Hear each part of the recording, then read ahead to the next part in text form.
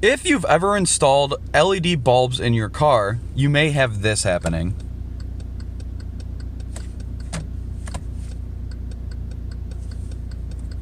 That is called Hyperflash. That happens because the lower resistance of LED bulbs.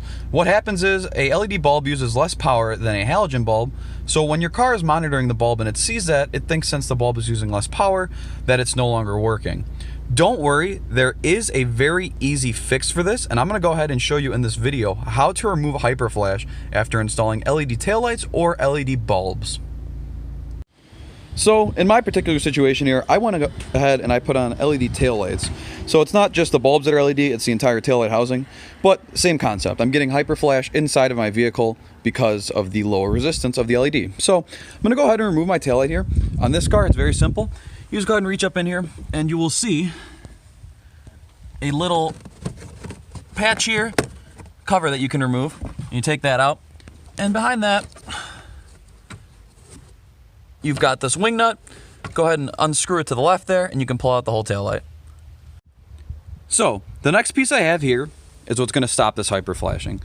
These are called load resistors. What they do is they trick the factory wiring into thinking there's more load in line, so that way you don't get the hyperflash. They install very, very simple. If you're putting them on a turn signal like I am, you essentially put one of them to the turn signal power, and the other one to a suitable ground. So you can do any kind of, body ground, or you can also ground it to the wiring harness. Since I've got access here, I'm gonna ground it to the wiring harness. I did just buy these on eBay, but they are pretty universal. This one is a 50 watt, 6 ohm resistor. I'm gonna have to use one on each side to get the desired result. I had a little machine shop make me these pieces here because resistors do get very hot. So I'm gonna mount the resistor to the metal rather than mounting the resistor directly to my carpet. If I mount the resistor directly to my carpet, I do run the risk of that burning my carpet, and I don't want that, and I don't think any of you do either. So I'm going to mount the resistor to this metal piece, and then mount the metal piece to my carpet. So no big deal there. So what might be a little bit difficult on your side is figuring out what goes where. On my particular vehicle, I've already got the pin out, so I know what goes where. This red wire is going to go to my resistor. This is one of the turn signals. And then pin number 3, as indicated in the harness there, is going to be my ground. So I'm going to tap into my turn signal wire and my ground, running one of each right here into this piece, and go ahead and get everything mounted, and that should get rid of my hyperflash. So let's go ahead and do that now. So let me show you what I've gone ahead and done here. The red taps are what I use to get into this. As mentioned, it's going to be pin number 3 on this particular car. So simply tap the red one into that. Got the resistor coming back through the pass-through here. And then the power wire for the turn signal is just right here. So I tapped into that. So we've got the resistor dangling here. Like I said, I'm going to go ahead and mount the resistor on this metal plate here and then just kind of secure it up and out of the way.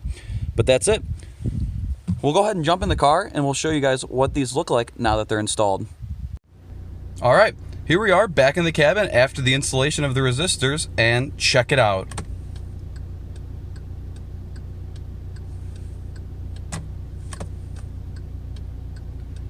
So that was a job well done. Like I said, that was pretty easy. All you had to do was pretty much find the ground and the signal wire that runs into your turn signal, splice the resistor in line with it, and you're good to go. Now the car thinks that it's got proper signal going back to the taillights back there, so no more hyperflash, and we are all good to go. I will link most of the products I used in the description down below. If you do have any questions at all, please feel free to comment below and let us know. That's going to do it for this one. If you do have any other questions, like I said, let us know. But if not, thanks for watching, and I hope you have a great day.